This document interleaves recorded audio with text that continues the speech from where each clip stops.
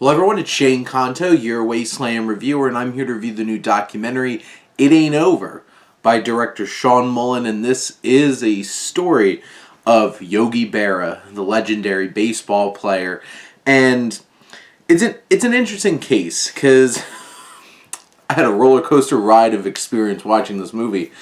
So, right off the bat, it's structured like a by-the-numbers kind of documentary. You have commentators, you have all those things. The main commentator is his granddaughter, so it's a little biased. But I have to say, all the commentators in this are fantastic. They pick the right people. Because, all of his family members, his sons and his grandchildren, they all have such big personalities like Yogi Berra. It just elevated all the storytelling because you're just so engaged with what they have to say and how they tell his story.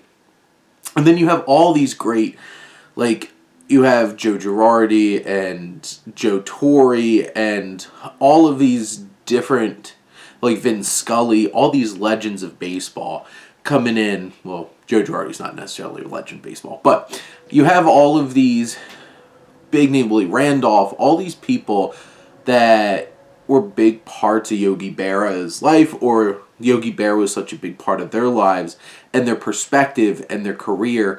This gives such a great in-depth look at the career of Yogi Berra, but also who Yogi Berra was and helping you understand who he really was. There's even title cards with these famous quotes from really famous people, and then the Yogiism version of them.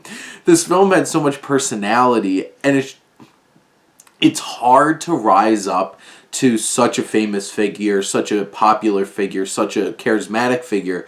But this documentary honestly captures so much of that charisma and personality that it makes it so enjoyable to watch. And I'm a huge baseball fan, so I'm biased towards this documentary. But the most magical thing that this film does is capture the myth, the beauty, and just the wonder of baseball. And I think it might be hard for non-baseball fans to understand, but there's something about baseball that it's not the most action-filled sport. It's not the most fast-paced sport. But there's something majestic about it.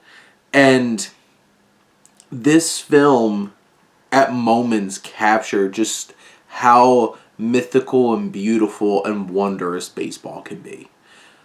There's a moment where this film builds up great tension throughout the whole entire thing of Yogi Berra being disconnected from the Yankees after he got fired as manager, and the way they portray and edit them telling the story of him finally returning in Yogi Berra Day with Don Larson and the perfect game, and then there's a perfect game on that day. And just the way that they cut back and forth, and Joe, even just a quick cut to Joe Girardi getting so emotional, not being able to say anything, just builds that emotion in this film and rises this well above just being some baseball documentary or some biographical documentary. The love story that you get about Yogi and Carmen Berra is so beautiful and moving. All the way up to his kids talking about their mom's final day and their dad's final day. And there's just something special about this. It's inspiring and wondrous, and it pulls no punches, going from, and pardon my language as an Italian American, but it starts off as talking about how he came up from Dago Hill in St. Louis, and you're just which is now just called The Hill, so that's okay. But coming up from all of those, that backstory and everybody, Joe DiMaggio calling him a fire hydrant, just him being this, he wasn't the Yankee, he wasn't Mickey Mantle, he wasn't Joe DiMaggio, it wasn't Lou Gehrig, he was Yogi, 5'7" guy, might not be the most traditionally handsome guy, good Italian man though.